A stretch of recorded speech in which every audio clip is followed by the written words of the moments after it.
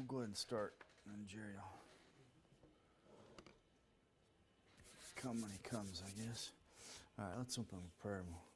Father, thank you so much for your goodness to us, Lord. Just thank you for your presence with us through this day.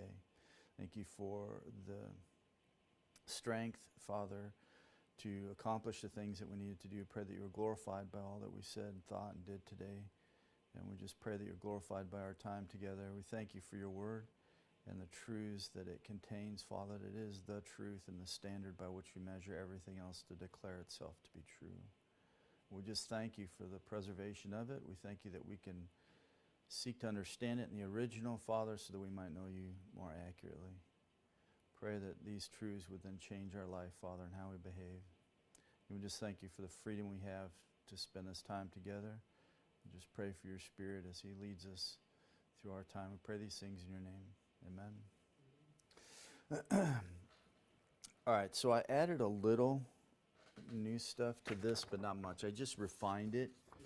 So this was from last Wednesday. So I just went and refined it a little bit and cleaned it up. But what I decided to do was, this one is definitely new from what you already have, the second declension.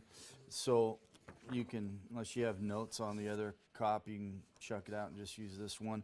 And what I decided to do is I'm going to put the date on the bottom so everyone will know the most updated version. That way it's like you know what to keep and what to throw away instead of trying to pick through it all.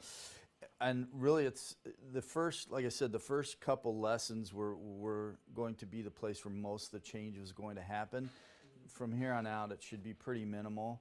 One other thing I was thinking about doing is that I might do like an appendix to some of these lessons and use like some of the examples I'll look at tonight from the Greek text. I'll just do sort of an addendum at the end of the lesson and just give these examples. Just picking apart some things. Yeah, so I'll cover examples on here, but then what I'm going to do is just give a insert page for the end of the lesson, and I'll just indicate examples of this section. Then we don't have to redo everything all over again. And I started doing that with my original grammar, was that every lesson I had a Greek insight, a word, a phrase, verse, something like that, picked something out of it and did that. And then I started just doing it in class, so I removed them from the grammar. There's still some traces of them, I think, in some of them. But I might go back and do that, but just like I say, just do an inserted page at the end, and that'll be, I think I saw that'll that be it. in one or two. Yeah. That was cool. All right, so we're going to go back and review a little bit on morphology and anatomy of words, and then we'll get in a second declension. Basically, whatever's on the screen is just going to be what's in the notes, except for just like the examples I'll give and just walk through the text that way. So that way there isn't anything new that you won't have. So we started looking last time, and this is one of the ways I refined it, was we were talking about moving towards declension. So we went from phonemes moving into morphemes, from phonology into morphology, and so basically just laid out three primary steps. The first one was phonology. We looked at the sounds of the language, which is the alphabet. Now we start combining those phonemes together, and then we start forming the morphemes. And morphemes come in different ways and shapes depending on nouns, adjectives, adverbs, and then for the verbs. And then the third step was inflection, but we'll look at morphology. So morphemes are the smallest, considered the smallest unit of speech that conveys meaning. So when we get down to phoneme, there isn't really any meaning. It helps us to distinguish between one word or the other word, that kind of thing. When we get to morphemes, now we talk about meaning. And like I said before when we looked at this, is that when we get into morphology, now we're going to get into syntax. Because when we start talking about these prefixes, or in the case of nouns, suffixes that we add onto words, that starts telling us relationship of this word to that word, and so on in a sentence. And that's one of the examples that we'll look at, is just looking at how it indicates relationship. So morpheme is the smallest part. There are several ways we can look at it. One is that we have the roots. So in Metzger's book, the triliteral roots, some of them biliteral roots, that's the root. Then comes stem, and then comes the variegated forms, the inflections, whether it's noun, verb, and the changes that we do. So when we talk about morphemes, we have roots, then we also have suffixes and prefixes. Those are all considered morphemes. They all have meaning to them. So when we get to like conjunctions, particles, negative particles, all of that, those are all morphemes. They all have meaning in that, but they won't change like nouns and adjectives will. They pretty much stay unchanged. Like prepositions, they will go with certain cases, but there won't be any changes with the prepositions except for if you have a preposition that ends in a vowel and it comes before a word that begins with a vowel, it'll drop the vowel at the end. So that's really the major change that happens. So we have roots and then we have suffixes and prefixes. The root carries the central or core meaning of the word, and then the prefixes and suffixes then add further meaning to that. And we can change then when we're talking about a verb or a noun, we can change some of the prefixes, and it will then change the way the word is used, whether it's a noun or adjective or adverb, and we'll get more into that as we go along. And so as we go, the more of these roots that you pick up and understand, right, the better you'll be. But we'll always try through the grammar to go back to the root meaning of things if we're going to talk about definition of something. Because I think that's really important, because as we go along, there's always going to be this sense of when we need to know what was the root meaning. Prepositions, we'll get to that, but prepositions, when they're in compound, will go back to their root significance.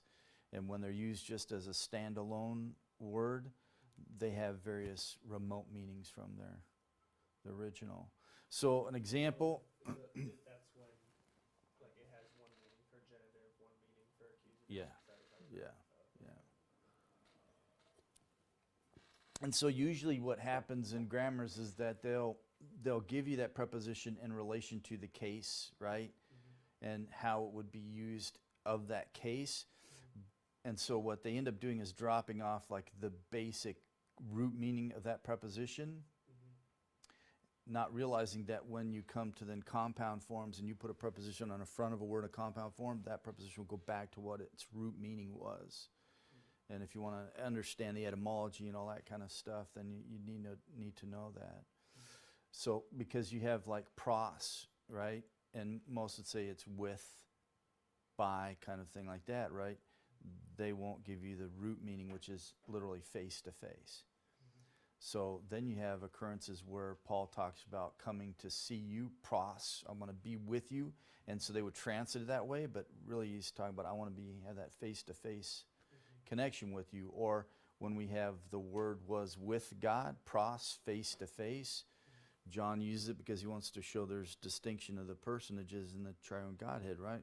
Father, Son, and there's this intimacy and fellowship that way. So those cases, it's going to go back to its original. So all of you learn as with, then you sort of have this sterile understanding, which is interesting because Stanley Porter wrote a book on Greek New Testament idioms. If you can find it, get it. It's a little paperback. Stanley Porter on Greek idioms of the New Testament. It's a light blue paperback book. He was a previous student of my father's years and years ago when my dad was teaching at Talbot. But he talks about that, the traditional, with the preposition pros, that traditional translation of with. And he says you miss the dynamic and the reality of what John is saying there and that intimacy of it.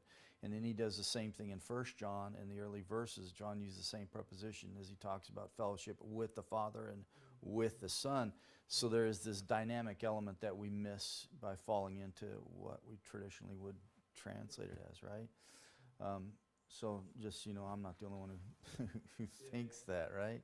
So if we take an example, sta, and really this is where Greek started with verbs or what have you. It started with the root. It started with the aorist, we would say, and then it built out from that. So if we take sta, we can see the parallel. So I'll do this with English, and you can carry it over into Greek.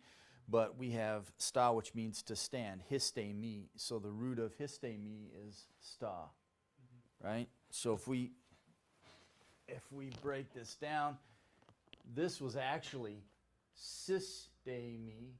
This rough breathing tells me that there was a sigma at the beginning And because they started dropping sigmas off, they dropped the sigma off the front, but it left a rough breathing, so it's histe me. So if you take this off and this ending off me, then you have sta or sta, which is the root.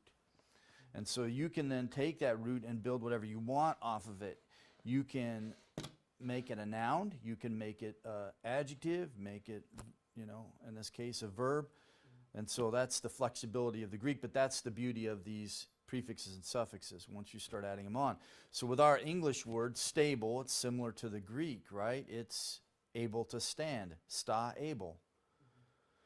And so we do the same thing in English. We have to establish, means to make able to stand. The E on the front of this is from Latin. Ex means from, right?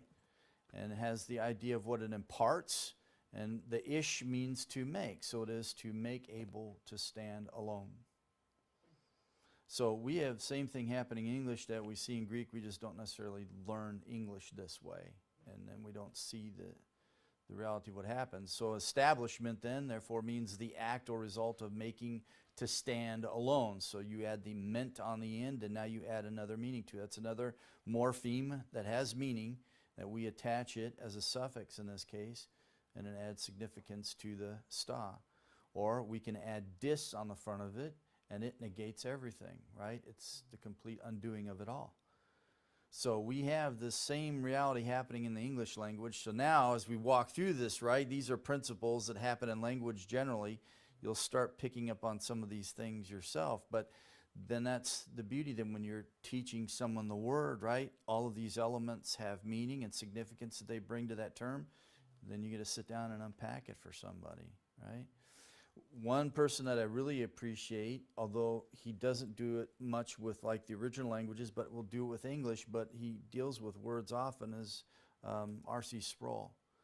And he really, he does that quite often in his teaching, is that he'll take a word, even if it's the English word, and he'll break it down and say this is the significance of it. And it just adds so much more depth and understanding and comprehension for us.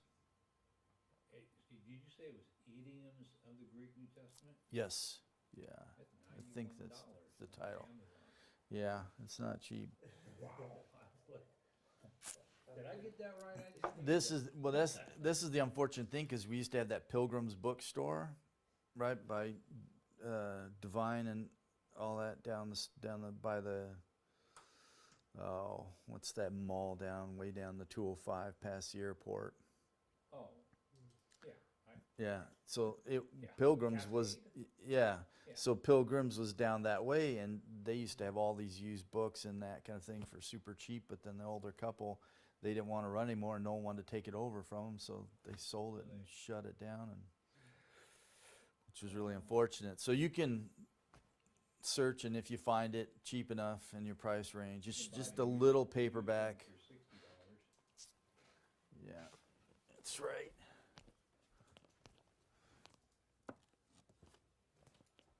Yeah, that's it. It's that one there. Yeah, Can I see that real quick? I'm just, yeah. This one was $20. You want to sell it for $20?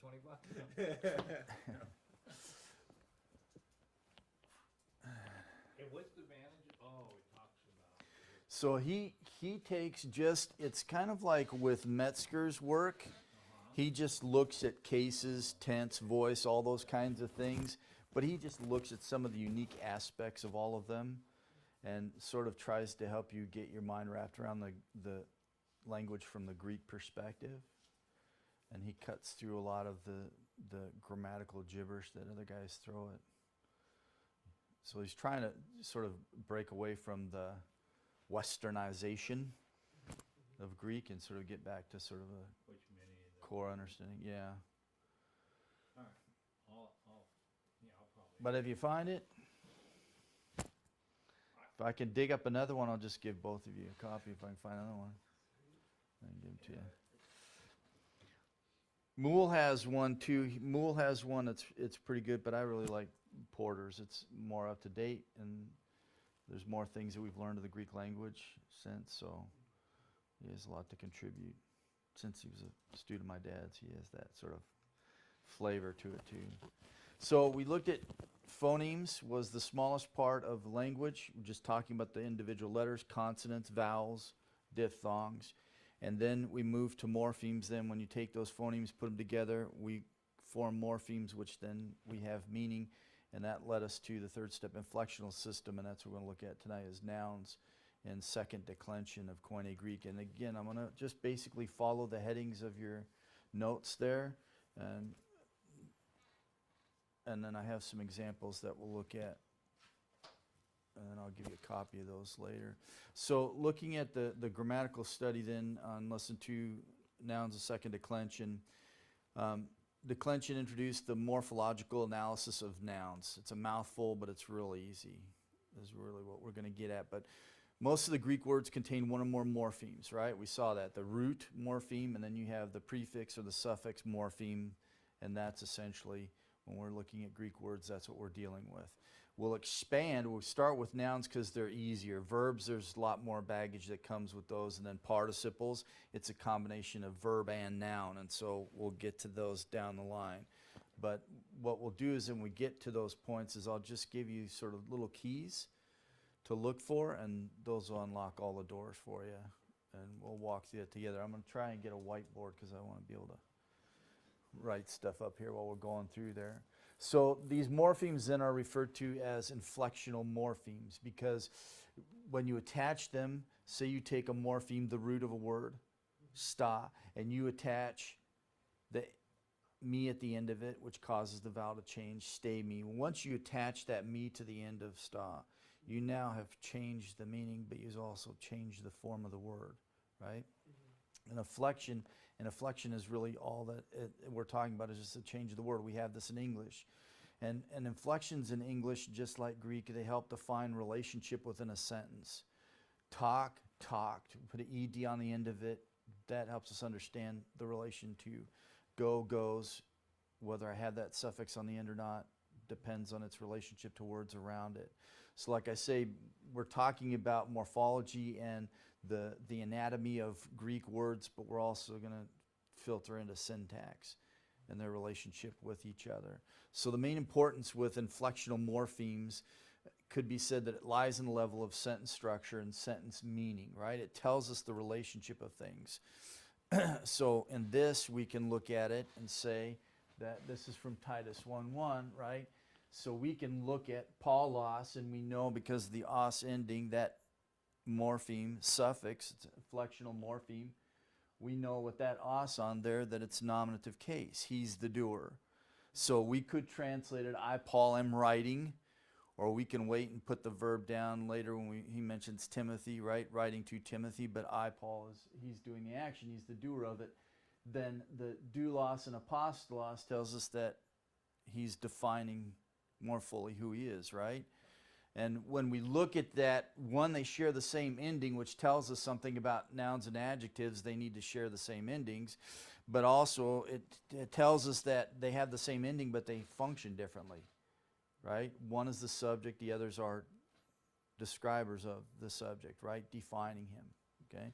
And so it's interesting. So I got a text from a brother pastor down south, and he was asking me, there's a friend who's a missionary, and he had taken all these classes in seminary, but one of the things he hadn't taken yet was how to compose an outline for a sermon and to preach it. And he has to preach in Thailand coming up soon in the church there. And so he's like, how do I, put together an outline? Well, this is part of how you do that. Understanding the grammatical relationships, right? That will filter into how you develop your outline from that. But basically, then these inflectional morphemes, they help tell us the relationship of, and then when you get to Jesu Christu, and we have the genitive ending on there, then that also then takes us to another level of relationship, right, between those words and what precedes. Can you go back for a minute? Yeah. Is the stem, the Apollos doulos, so is the stem Paul, then dual? So how do, I Which, guess this I one get here? lost on the stem and what's the stem For and what's the- doulos, most of the time what you're going to encounter is the stem. The root is like the original. So doulos, that omicron upsilon, right? We said that A and U are by compensation or contraction. So there was a change here. And the triliteral root for doulos is deo. It is to bind, right? And so that's the triliteral root. That one's a little bit more trickier than, say, like sta or da, to give, or that, to put or place. But those ones, you'll learn some of these ones as you go along, right? But that's the stem, we would call this, without the os at the ending, the dual, we would say that's a stem. Okay, that's good. Yeah. Then when you go back to deo, that's the root, because you can't take any further back than that. So basically a root is a morpheme, which is the smallest unit of meaning in a language, and you can't go any further back than that. So like our English word dogs, it's two morphemes, dog and s. If I drop the s off and I have dog, that's the lowest form I can take it back to. That what we call is the root, because you can't reduce it any more than that. Is the root, is that what you said? For tea, Yeah.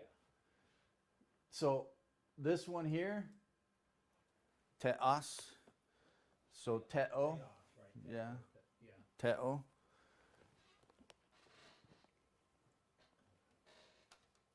So Been through this before and I'm still.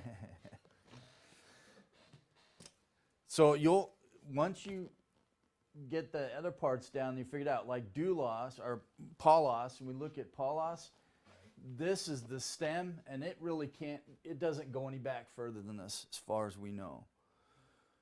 Just means little, small, probably from the Latin, because Paul had the name Saul, which is his Jewish name. Paul was his Greco-Roman name, right? Because oftentimes those who were born of Jewish descent in those days would be given two names. Jesus also called Justus, right? Colossians.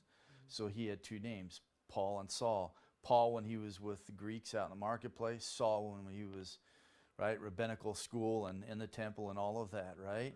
And so they would bear two names, and Paul is likely from Latin, meaning little.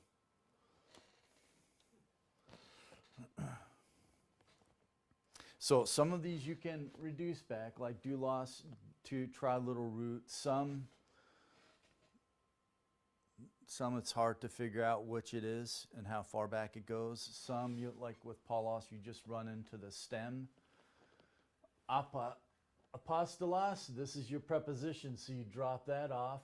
And this is from stello, which take it back to its triliteral root is stel. It's as far back as that one will go. So the STO is the stem. Everything else is telling us what that word means. Yeah. So this is an addition to it. This is an addition to it. This is, so this, its root actually has an epsilon here. And so what they do is they change this to an because they want to make it a noun instead of a verb. Okay. Yeah. And so this is a verbal noun, which is nice because then it helps us to understand how we take Jesu Christu. Because it's a verbal noun implying action, a sent one, That's sent the verb, off, right? So who did the sending off? Jesus Christ. So then, yeah, and then that tells you then, how do I take this genitive? Possessive genitive, apostle who belongs to Christ, or in this case, subjective genitive, he's the one who sent him as an ambassador.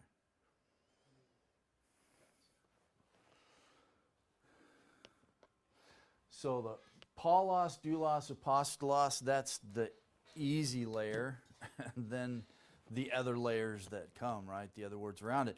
But it is these inflectional morphemes, the things that we add on the end, the os, the u, that help give meaning as far as relationship to the other words in there. So the subject or the noun and the adjective that goes with it, they need to share the same case. Mm-hmm. Yep.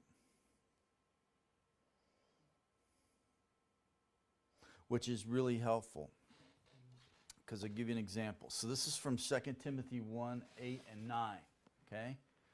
So Paul tells Timothy not to be ashamed of the gospel, but to fellowship in the suffering.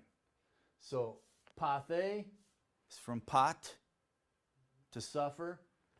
Kaka, bad stuff.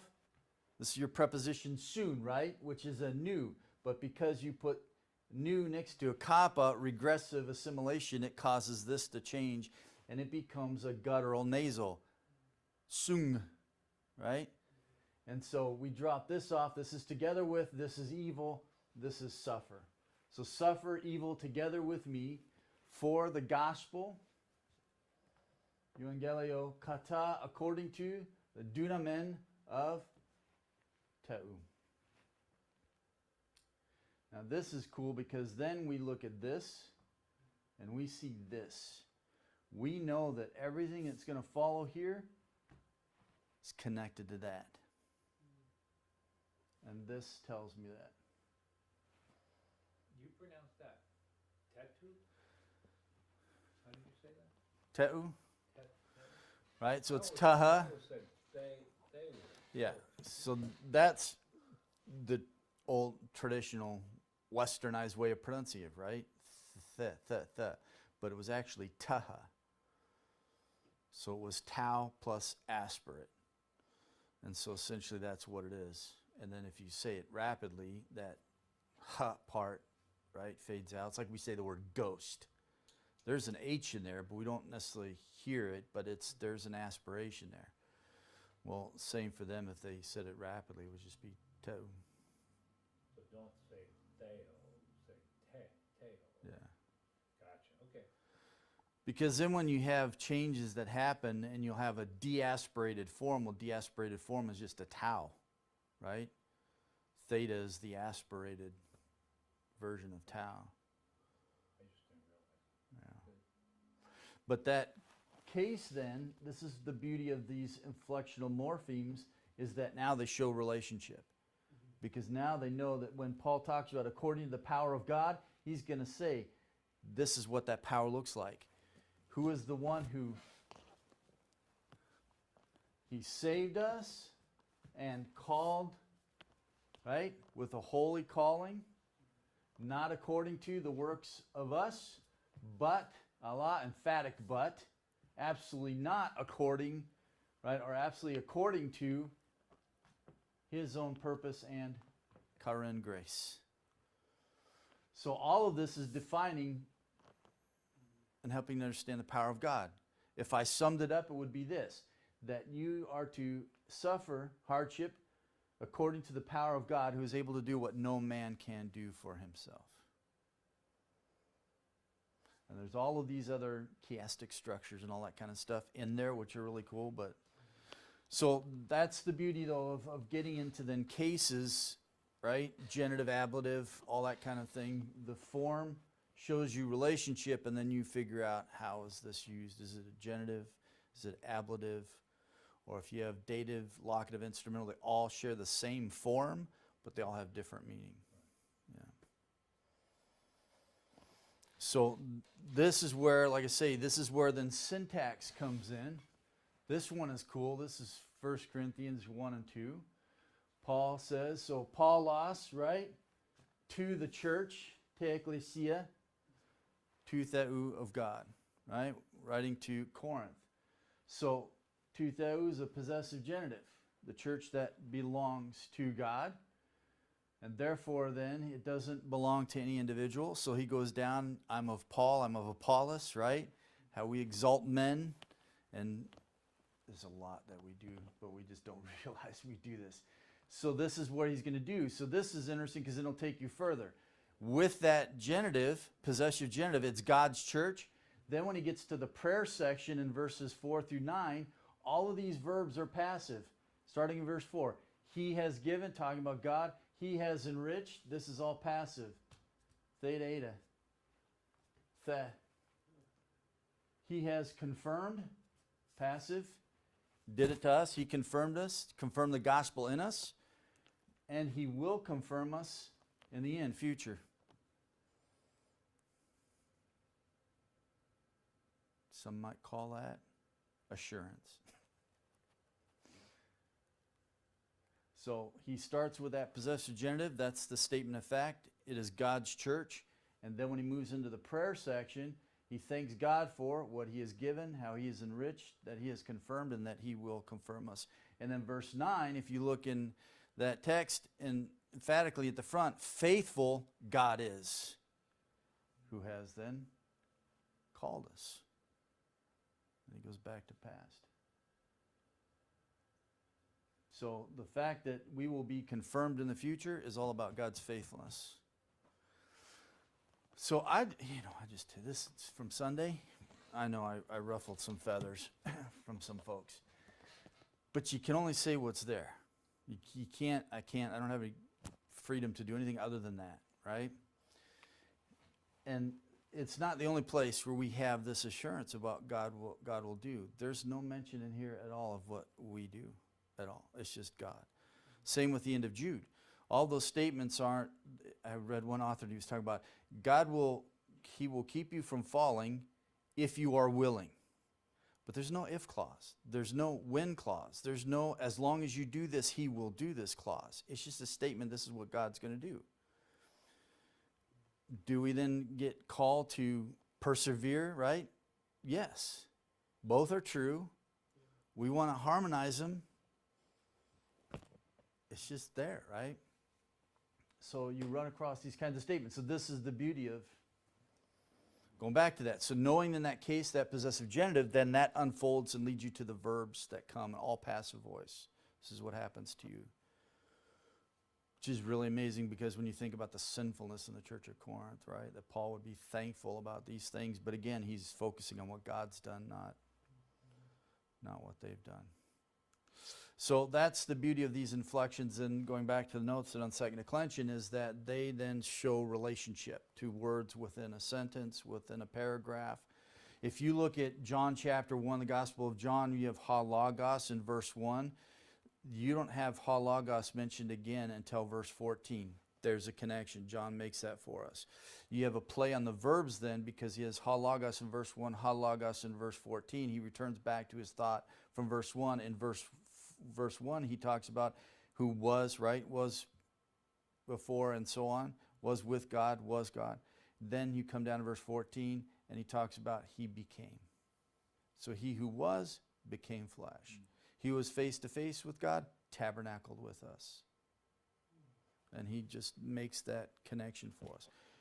The cases do that for us. They help us see these relationships. So in a lot of ways, knowing the original expedites your understanding of a passage much more quickly in a lot of ways. There are other complexities you have to wrestle with, but. So we looked at inflection then. Inflection is basically, it's the change in the form, whether it's nouns, pronouns, verbs. Inflection is just changed. If you run across this in a grammar, that's really what they're talking about. This is change in the form. So as we saw previously, then this inflection can be subdivided into declined and conjugated. So when we talk about declension, we're talking about nouns, adjectives, pronouns, and so on. We talk about conjugated. This is inflection, the change of form. When we're talking about verbs, it's conjugated. And so we'll get to that. And that'll be lesson 3 or 4. We'll get into verbs. You start putting these things together. And then uninflected words, on the other hand, consist only in single morphemes. So conjunctions, kai, gar, prepositions, and pra, and we have adverbs, nun and palin. Those don't go through any change other than, like I said, if you have a preposition that comes before a word with a vowel, it'll drop a vowel if it ends in it.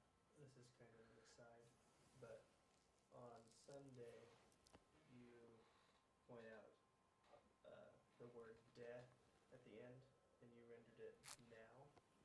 Like in Metzger's it said and but, which I'm still confused about how it can be and but. But you're also saying that it can be now? That can be now. Okay. Yeah. That's confusing. In one sense, it's now can be confusing,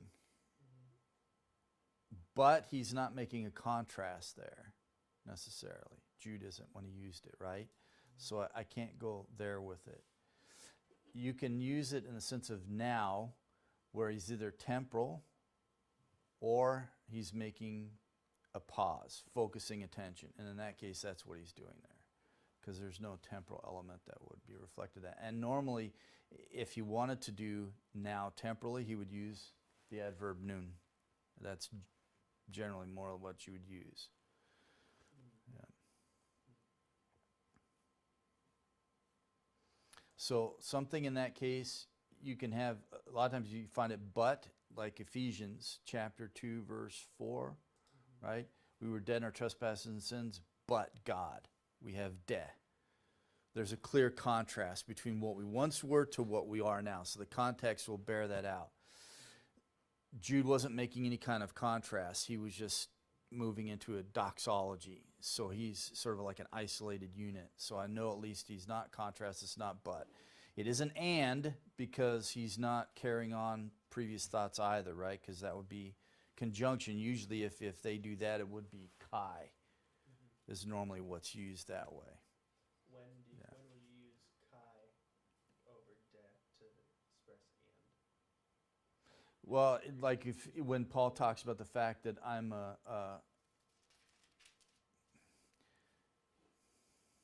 see what I'm thinking of. If you want to combine two terms, like righteousness and godliness, something like that, then you would use kai. It's just a connective. And you're stringing together a series of things.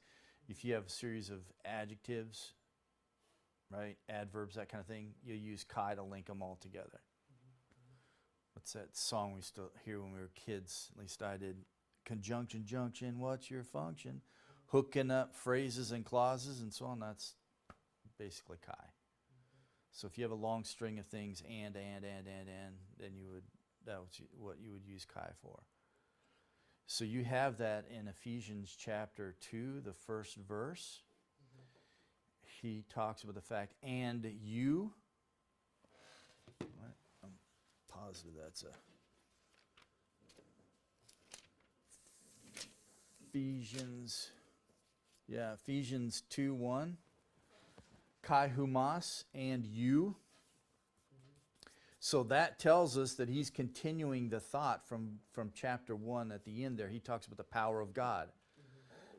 So he talks about the power of God in the end of chapter 1 of Ephesians, how that power of God raised Christ from the dead, seated him in the heavenly places, right, and so on. Then he goes back in verse 1 of chapter 2, and you also. So now he's showing another example of that power of God. You also were dead spiritually in your trespasses and sins. And then he takes the same verbs, you were raised, you were seated together with, and he uses them again to talk about us.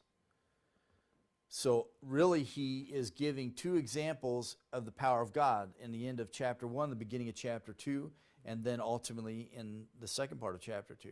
That and kai connects chapter 1 and 2 together. That tells me that he's continuing his thought about the power of God. It's not starting a completely brand new section standing by itself. So he didn't do that in Jude then? Yeah, no. It's not, you actually can see it, it's not even there. Yeah. You're right. Yeah. That makes sense. Yeah. I mean, that's a good contrast to see one just good. So generally, de is used in the sense of but. Can be and, but it's rare most of the time kai is going to be used for and, if you're connecting thoughts.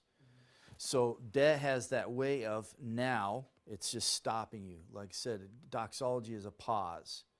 So that now halts us, and he's going to pause and talk about God.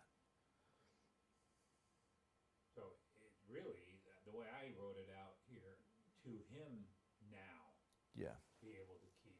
Yeah. So, to him now. So Kai wouldn't even fit in that sentence at all. Yeah. Yeah. When you look at it, it's to him now. And because the earlier verses were talking about things that we're supposed to do. So God's not mentioned in that part. And then he isolates it and says, okay, now, getting back to God and what he does, he carries it on. So it's like an and, but okay, you were saying this. But is the usual, yes. There's two words for but in Greek, de and Allah. Allah is emphatic. De by itself is not emphatic, it's just making a contrast, right? It can be emphatic in the case of Ephesians. You're dead in your trespasses and sins, right? But the context bears this out. But God was merciful, right? So, but is the key in the normal root significance of de.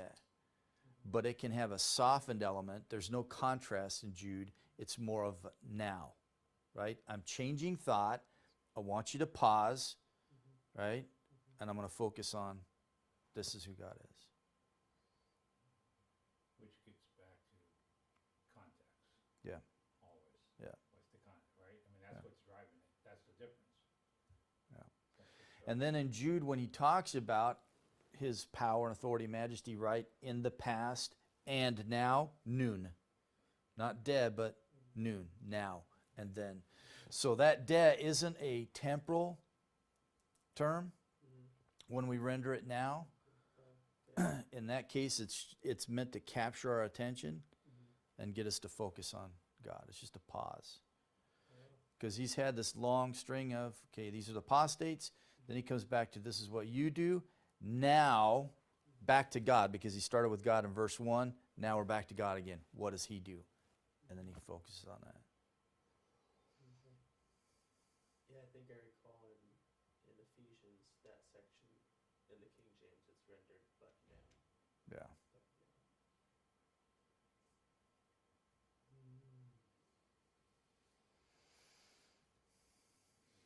And then you can connect de and kai together and they can be used in tandem, but that's for another day. It's another day. It keeps going. But that's going back to the thing with Greek, right? You begin with this root and you can add suffixes, prefixes, and you add meaning, and you can be so precise, right? When he talks about Jude, katanopion, 3 words, right? To look down in. And what does he see? Blamelessness, right? So we can take a simple root and and then we can do prepositions on the front, and we can build up these, right? And so that's the beauty of the language, precision. You can have de kai, te de, te kai. We can have all these combinations, right, to get right exactly what we want to say. So there's no mistaking. Yeah.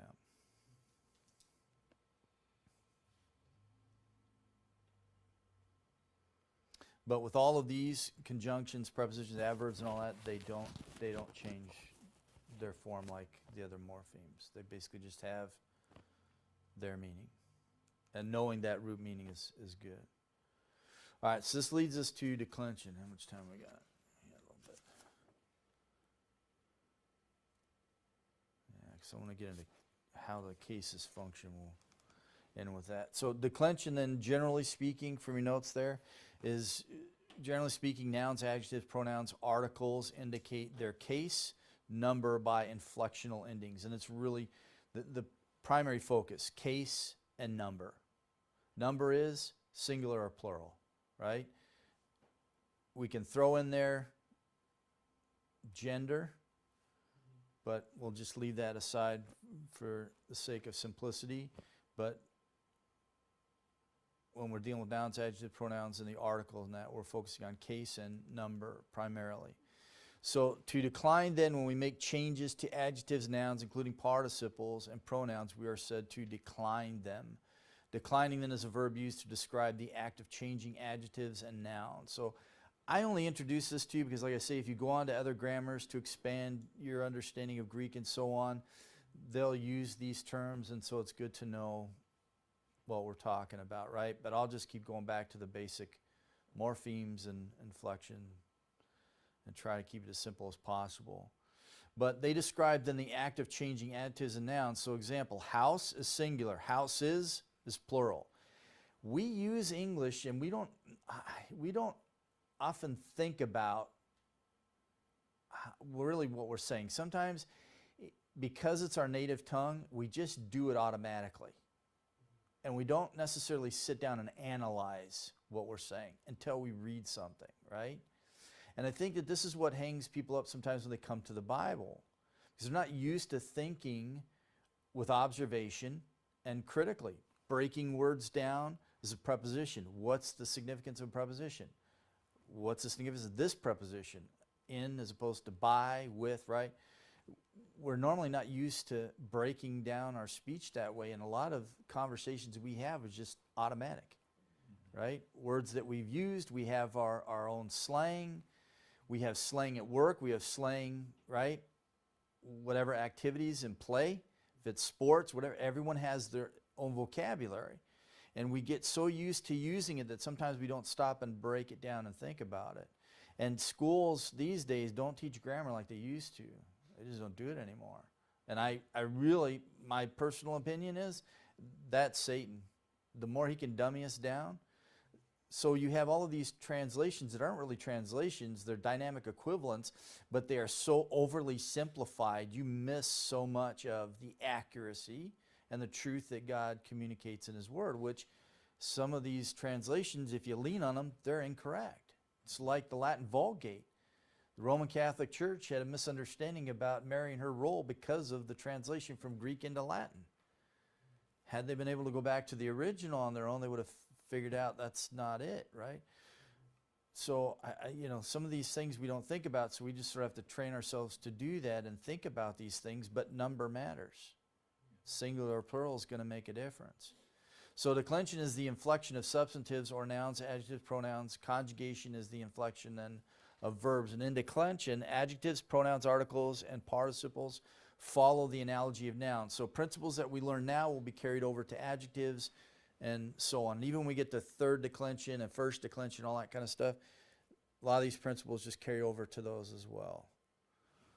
So same thing, like if you have adjectives, Paulos, doulos, apostolos, they have to fit with Paulos.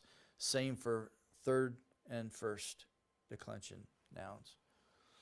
So there are three declensions in Koine Greek, three systems of inflecting Greek nouns. First declension is characterized by stems ending in the vowel alpha. Second declension by stems ending in omicron, and then third declension by stems ending in consonants. Third declension is done last because it's the trickiest, but once we get there, it's not going to be so tough. The second is the easiest, and it's also the most frequent. So example, Paulos, doulos, apostolos, all those are second declension. And we find a vast majority of them in the New Testament. The others are not as frequent. So that's usually why we start with second declension. So declension explained then, as seen above, declension introduced. Declension is the inflection of substantive for the purpose of indicating its relation to the rest of the sentence. So now we're going to dissect this a little bit further. Declension has to do with form, case has to do with function for defining terms, right? So when we talk about declension, we're focusing on the form, the inflection, the change in that form, right? So we have the ending oo, okay? That ending is shared, the form is shared by a genitive and an ablative, if you look at your notes there, right? So I give you an example of on top of page 2 for second declension, omicron endings, right? So you can have oo, can be used for a genitive or an ablative. The oo, the form, is what we call declension. The case is how it's used.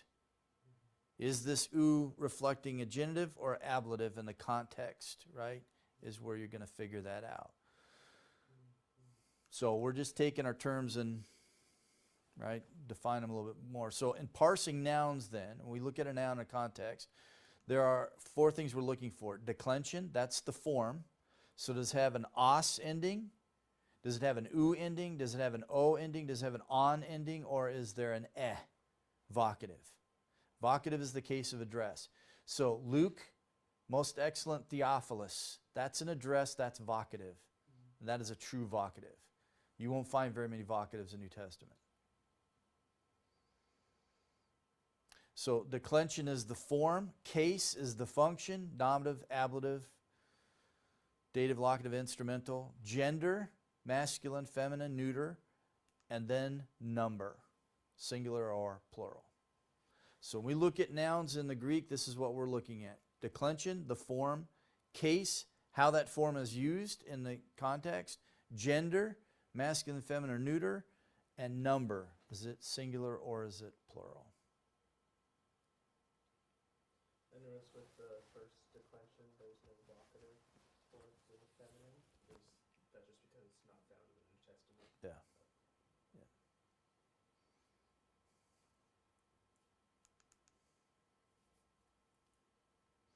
So declension then is a matter of inflected form. It has no particular function significance. The other three have to do with the function of the word. So declension is just the form. Then we talk about case, right? Number, gender, and all that. Now we're talking about how does it work and what's its function. I know it seems like we're splitting hairs, but like I say, you're going to get into the weeds, and it's good to know how these things are distinguished and what does it matter.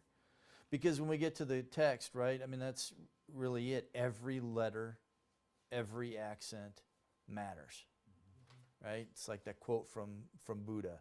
If he would have capitalized the second H in he would have been accurate. So case explained then. This is moving into how then these are used, these forms. So case has to do with the function of the noun as it relates to the verb or other parts of the sentence. In Greek, there are 4 inflected forms, 5 if one counts the vocative. There are 4 forms, declensions, right? As, u, o, on, right? E if we have vocative. Plural masculine, oi, on, ois, us, oi, right? And then we have the neuter, singular and plural. You have 4 forms, but you have 8 distinct case functions. That makes sense? So some early grammars, beginning grammars, they used to talk about there's only 4 forms, and then you would only learn nominative, genitive, dative, and accusative, and vocative occasionally. And that's all you'd learn. But the problem is that as you then started interacting with the Greek text, you realized that these forms were used differently. And they weren't just limited to nominative, genitive, dative. They found that there's a locative element to it, right? Location. Or there's an instrumental element to it, by means of, right? And so they started realizing, well, there's these forms, 4 of them, but there's actually 8 ways in which these forms can be used. And this is good for us to understand because then we get into prepositions. Well, with the dative, locative, and instrumental, the O ending, we notice that there's an iota there. That's a little clue that'll help you discern the dative, locative, and instrumental form. But then we get to the preposition N, in. So preposition N, in, goes with dative, locative, and instrumental. More accurately with the locative, right? Because it's indicating location. So understanding the function of the cases helps you understand why prepositions are used with certain cases, right?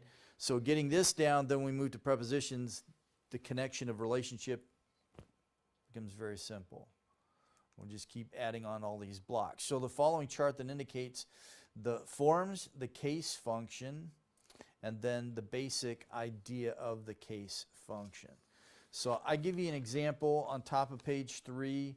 We just take anthropos and do it masculine singular, masculine plural, so you get an idea of how these things function together. But let's go down to the bottom of page 3, and you'll see the diagram there. We have form, and then we have case, the case function, and then we have the basic idea of the case. So with the form as, the plural oi, that's the nominative case, that's the function, and then the basic idea is designation. And it is the doer of the action. Now I give you on page 4, I give you separate cases more fully developed, and I explain those so you can read those on your own later. And I just walk through the different cases and give you some examples of how they're used. But always have these general ideas in mind. So going back to the bottom of page 3 there, then the form, u, plural, on, can be either genitive or an ablative and case function. Genitive describes, ablative separates. So we will often have the ablative case used with the preposition apa, off and away from, showing separation. Right? The next on top of page 4 there, number 3, we have the form o or ois, plural. That can be used for a dative, locative, or instrumental. Dative is interest. Locative is location or position. And then instrumental is means. And again, know these basic definitions because you're going to always go back to these. And I would say this before we get to prepositions and all that, start with the basic significance of them, the basic meaning, and then work out from that. If there's more elaborated from this in the context, let the context tell you that. But just start with the root meaning and then work out from the root meaning. Start with any root idea of something and work out from that, and let the text then develop it further for you. And that way, then that's the safest route in doing exegesis, is just to begin with the basic and then work out from there. If there's an elaboration, something more to it, something fuller context, we'll let you know. So then 4 and 5 there, we have 4 is on, us, plural. Now, I wish I could do this. So the article for us, plural, is tous, right? If you look on page 2, I give you the articles for those. So if you go down to the accusative, us ending, the article in brackets there is tous. Okay? So you see the omicron upsilon, what does that tell us? Compensation or contraction, right? Because those aren't, us and ace are not, a are not true diphthongs. They're formed by compensation and contraction. So something happened here. So originally, the article for the accusative was tons. Tau, omicron, nu, sigma. Liquids and sigmas don't go together. The nu drops out, compensatory lengthening, the omicron becomes an u. And that's where we get the tous. So even in the articles and the endings, the principle we learned with the alphabet, right, as far as liquids and sigmas and all that, and the compensation contraction, you're just going to keep coming across that as we keep moving on in different things. I don't bear that out in the notes. Maybe I might add it just a little asterisk and explain it, but you guys will know that at least. So accusative case then, on top of page 4, number 4 there, on, singular, plural ending is us. It's the accusative, it is limitation. So you're going to have, at times, a dative and an accusative. Indirect object, direct object. Or like I was talking about this last Sunday, there's a double accusative. That he will keep you, and he will keep you from falling or unfallen. It's a double accusative, and the first one is usually personal, and then the second one adds some significance to that first one.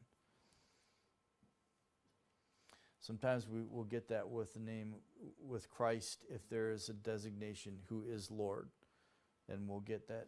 But the more I study the New Testament in Greek, the more I find these double accusatives all over the place, and they're really significant. And then 5 there, or oi, which oi is the nominative plural ending, right? So you will have sometimes this address, but you will find the oi ending. But there's very few vocatives. So some grammars don't even give you the vocative ending at all. I just did it so you have it.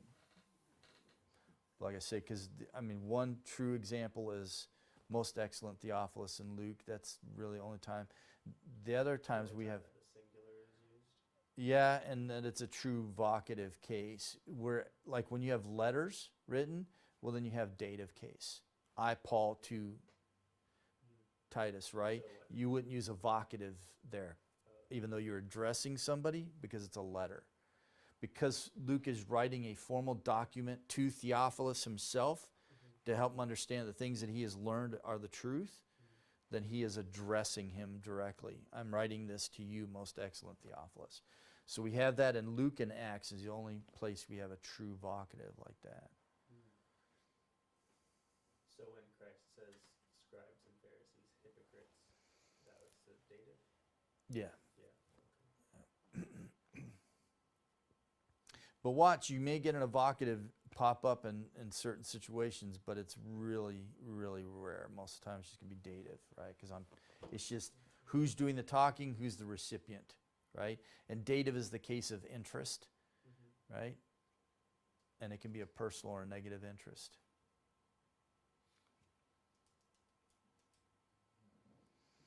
So I'll leave you to go through page 4 there, the separate cases developed. Like I say, I just give a brief description, nominative, case of designation, it's the naming case.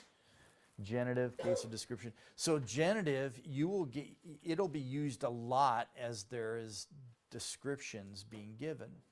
Actions, so on. Genitive case will be used a lot because it defines and it describes. So we find it in the case, right, when Paul wants to elaborate, I'm a doulos of Teu, God. Or I'm apostolos of Jesu Christu, Jesus Christ. So genitive is going to be used to add on further description of things.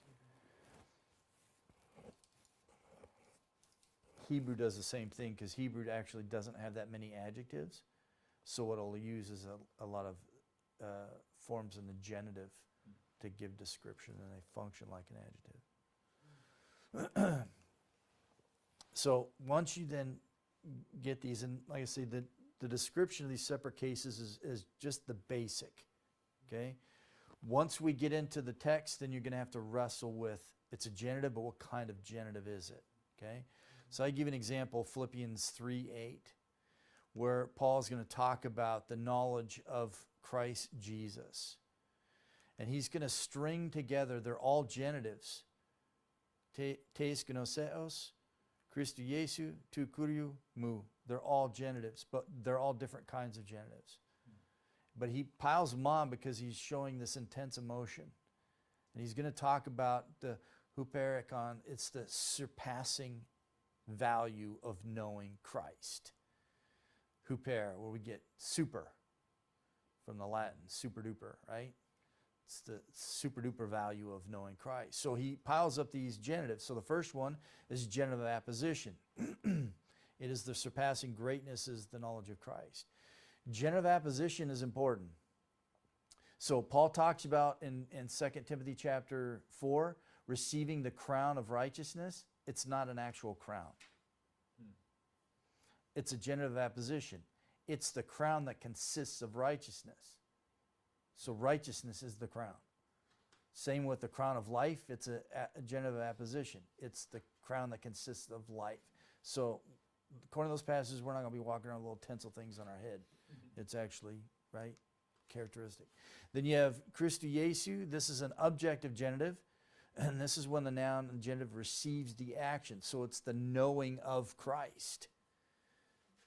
Right? So you can have a genitive of possession, genitive of, right, subjective genitive, or in this case, objective genitive. So Paul's speaking about the act of knowing the person of Christ, having a personal relationship with him, and not just knowing facts about him. So all of these layers he just piles up, but they're all genitives. And then it's figuring out, well, how is this genitive used? So then we know the statement about knowing, this is used with a personal object, as it is here. It refers to knowing by relationship and experience. So all of these then are morphemes attached to other morphemes to show relationship and then to give meaning. And then the last one, tu kuriou, that's, if you will, a genitive apposition, title of Christ. And then mu is possessive, my, right? My Lord. Which is always interesting. If you look in New Testament, it's almost always the Lord of me, the Lord of us, right? Our Lord, and then Christ Jesus or Jesus Christ. In other words, this is a statement, a confession of faith. And we always find this personal pronoun or in genitive, looking back to the lordship, right? The lordship of. We receive him as Savior, right? Jesu Christu, but we also receive him as Lord. But confessional statements are almost always in relation to Lord. Find that interesting. Anyway, so that is the case. So, like I say, get the basics of the cases down, what the significance of them are, and then, like I say, context will expand the meaning and so on. So next time we'll come back and we'll look at, introduce us to adjectives. And we'll talk about adjectives. But at the end there in the vocabulary, I just give you some of the most basic nouns, and the article follows, and then basic definition of, just so you get a...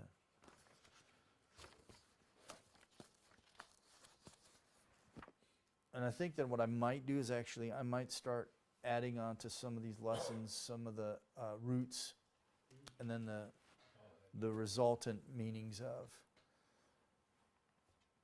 I think in the long run that will be beneficial. Any questions?